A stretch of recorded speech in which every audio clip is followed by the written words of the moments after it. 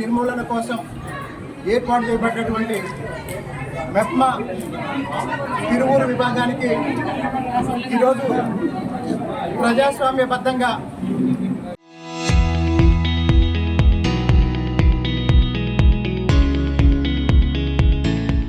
33 మంది సభ్యుల్లో 26 మంది ఇక్కడికి వచ్చి 5-6 కిడ్నాప్ చేసి భయపెట్టినా సరే, లేదా ఇళ్లలో నుంచి బయటికి రాకుండా నిర్బంధించినా సరే, రౌడీ మోకలకు కూడా భయపడకుండా ఈరోజు ఇక్కడ దాకా వచ్చి బహిరంగంగా మా మెజారిటీ ఇది అని చూపిస్తున్నాం.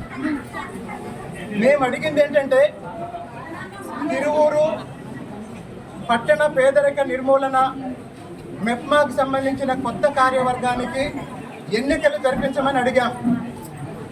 ఆ ఎన్నికల విషయంలో అనేక అడ్డదారుల్లో ప్రయత్నం చేసి వాస్తవానికి నెల రోజుల నుంచి ఈ ఎన్నికకి సంబంధించి ఎన్ని మీటింగ్లు పెట్టుకున్నా కూడా నేనేం చెప్పానంటే, మీరు పెట్టుకొని మెజారిటీ సభ్యుల అభిప్రాయం ప్రకారం ఒక కార్యవర్గాన్ని ఎన్నుకొని నా సహాయం ఏం కావాలో నాకు చెప్పండి, నేను చేస్తానన్నాను.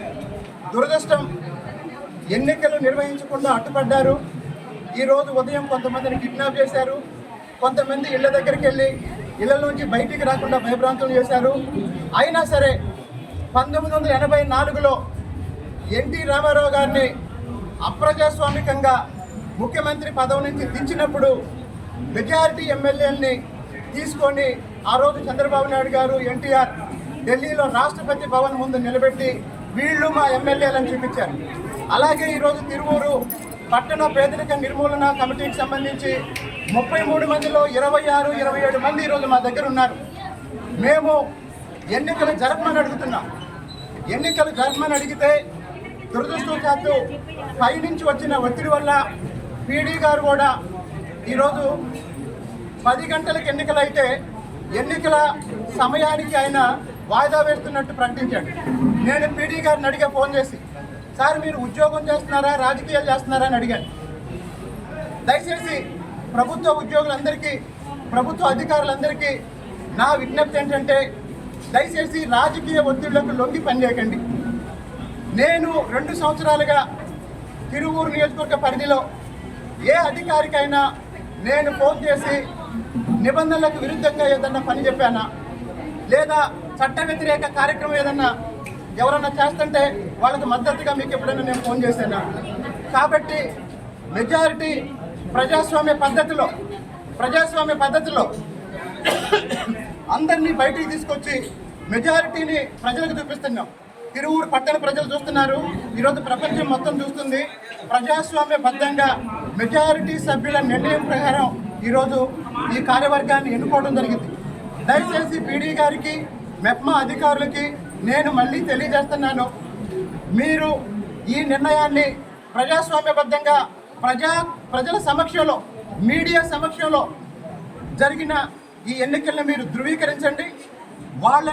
వాళ్ళ కార్యక్రమాలు నిర్వహించుకోవటంలో రాజకీయాలకు అతీతంగా ఈ రోజు నుంచి అందరూ పనిచేయాలని జనసేన, బీజేపీ, తెలుగుదేశం పార్టీ కూటమి నాయకులు బీజేపీ రామచంద్ర గారు, అలాగనే కోల్లే శాంతి గారు, జనసేన నాయకులు ఉయ్యూరు జయప్రకాష్ గారు, అలాగనే టీడీపీ స్థానిక శాసనసభ్యునిగా మేమందరం ఇది సమిష్టిగా 3 పార్టీల నిర్ణయం.